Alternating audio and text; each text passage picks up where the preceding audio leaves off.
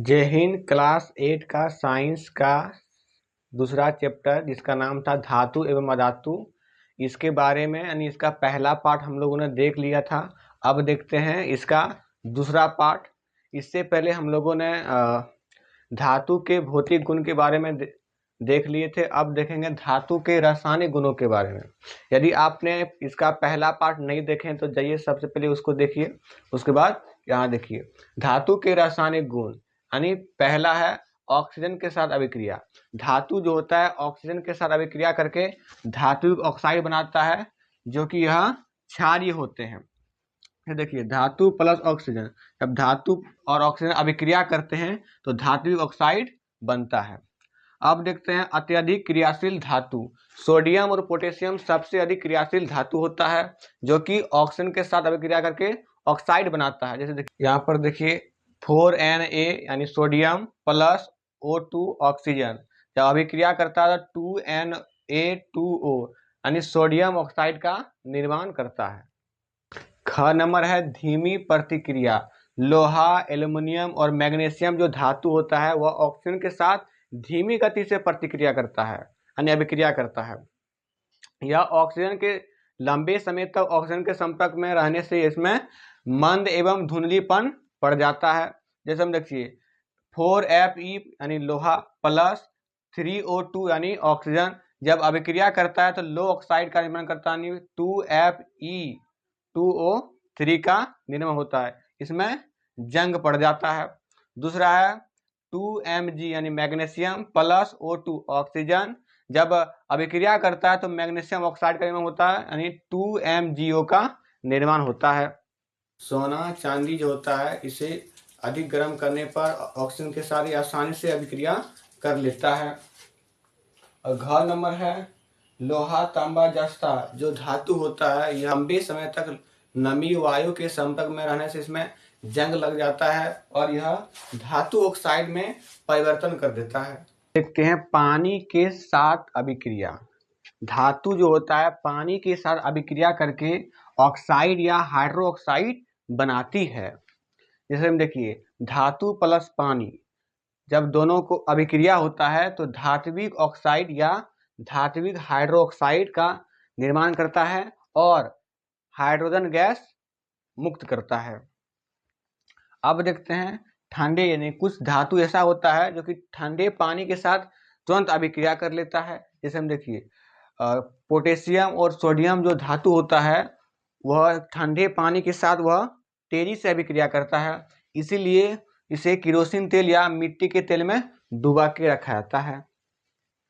आगे देखते हैं 3 नंबर अम्ल के साथ अभिक्रिया। अम्ल क्या होता है? जो स्वाद में खट्टा होता है वो सब क्या होता है? अम्ल होता है। ठीक है, तो आप जानते होंगे अम्ल जो स्वाद में खट्टा होता है, टमाटर में, नींबू में, इमली में अम्ल पाया जाता है। जितना भी स्वाद में खट्टा चीज होता है उसमें सब में अम्ल पाया जाता है। टमाटर का सॉस में अम्ल होता है, जितना भी खट्टा चीज होता है सब में अम्ल पाया जाता है।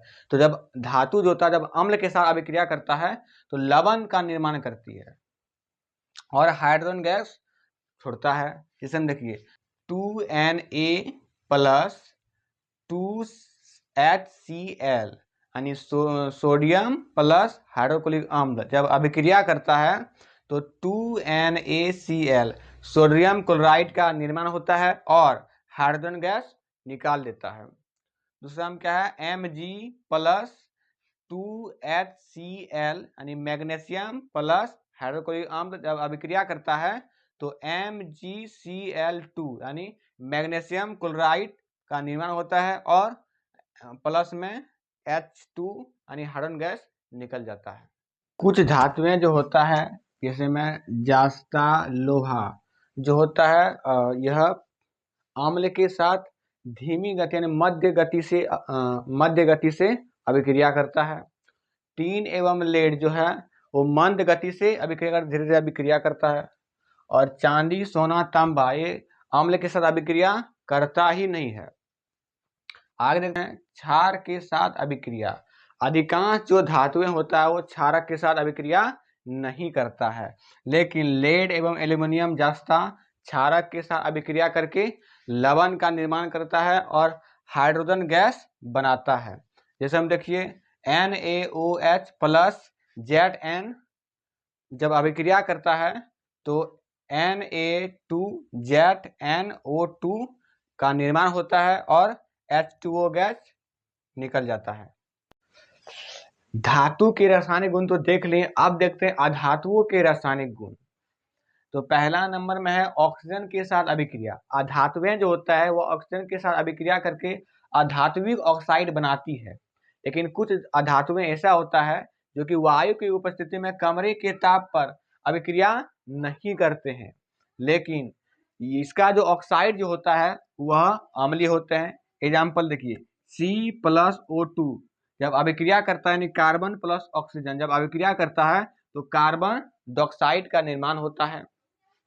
इसका कुछ अपवाद भी है, जैसे हम देखिए, सफेद फास्फोरस वायु के साथ कमरे के ताप पर तेजी से अभिक्रिया करता है, इसीलिए इसे पानी के अंदर संग्रहित करके रखा जाता है। अब इसका एग्जाम्पल देखते हैं। P4 मतलब फास्फोरस प्लस 5O2 यानी ऑक्सीजन। फास्फोरस और ऑक्सीजन जब अभिक्रिया करता है तो 2P2O5 यानी फास्फोरस पेटाऑक्साइड का निर्माण होता है। इससे में देखिए S+O यानी सल्फर प्लस ऑक्सीजन जब अभिक्रिया करता है तो SO2 का निर्माण होता है, यानी सल्फर डाइऑक्साइड का निर्माण होता है। सल्फर डाइऑक्साइड पानी से घुल करके सल्फ्यूरिक अम्ल बनाता है। जैसे हम देखिए SO2 यानी सल्फर प्लस H2O जब अभिक्रिया करता है तो H2SO3 का निर्माण होता है। अब 2 नंबर देखते हैं, जल के साथ अभिक्रिया। अधातुएं जो होता है जल के साथ अभिक्रिया नहीं करता है, लेकिन क्लोरीन जल में घुल करके अम्लीय घोल बनाता है। इसे गर्म करने पर हाइड्रोक्लोरिक अम्ल यानी HCl एवं ऑक्सीजन का निर्माण होता है, ऑक्सीजन बनता है। अब 3 नंबर देखते हैं, अम्ल एवं क्षार के साथ अभिक्रिया। अधातुएं जो होता है वह अम्ल एवं क्षार के साथ अभिक्रिया नहीं करता है। अब इसके आगे देखते हैं, अब समझते हैं धातु एवं अधातु के रासायनिक गुणों की तुलना करते हैं दोनों में क्या क्या अंतर है। तो इस साइड गुण लिखे गए हैं, इसमें धातु के रासायनिक गुण लिखे गए हैं, इस साइड में अधातुओं के रासायनिक गुण लिखे गए हैं। तो देखिए पहला क्या है, ऑक्सीजन से अभिक्रिया। धातुएं जो होता है वो ऑक्सीजन से अभिक्रिया करके धात्विक ऑक्साइड बनाता है, और अधातुएं जो होता है वो ऑक्सीजन के साथ अभिक्रिया करके अधात्विक ऑक्साइड बनाता है। दूसरा है ऑक्साइड की प्रकृति, ठीक है। तो धातु ऑक्साइड क्या होता है, क्षारीय होता है। अधातु का क्या होता है, अधिकांश अधातु का होता है यह अम्लीय होते हैं।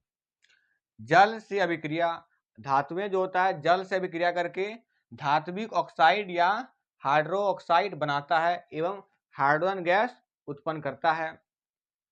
अधातुएं जो होता है जल के साथ अभिक्रिया नहीं करता है, लेकिन ऑक्सीजन और क्लोरीन जो होता है वह जल के साथ आसानी से घुल जाता है।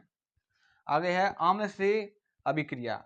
धातुएं जो होता है अम्ल से अभिक्रिया करके धात्विक लवण एवं हाइड्रोजन गैस उत्पन्न करती है, लेकिन अधातु जो होता है वह अम्ल के साथ अभिक्रिया नहीं करता है। नेक्स्ट है क्षार से अभिक्रिया। धातु क्षार के साथ अभिक्रिया करके लवण बनाता है और हाइड्रोजन गैस उत्पन्न करता है, लेकिन अधातुएं जो होता है वह क्षारक के साथ अभिक्रिया नहीं करता है।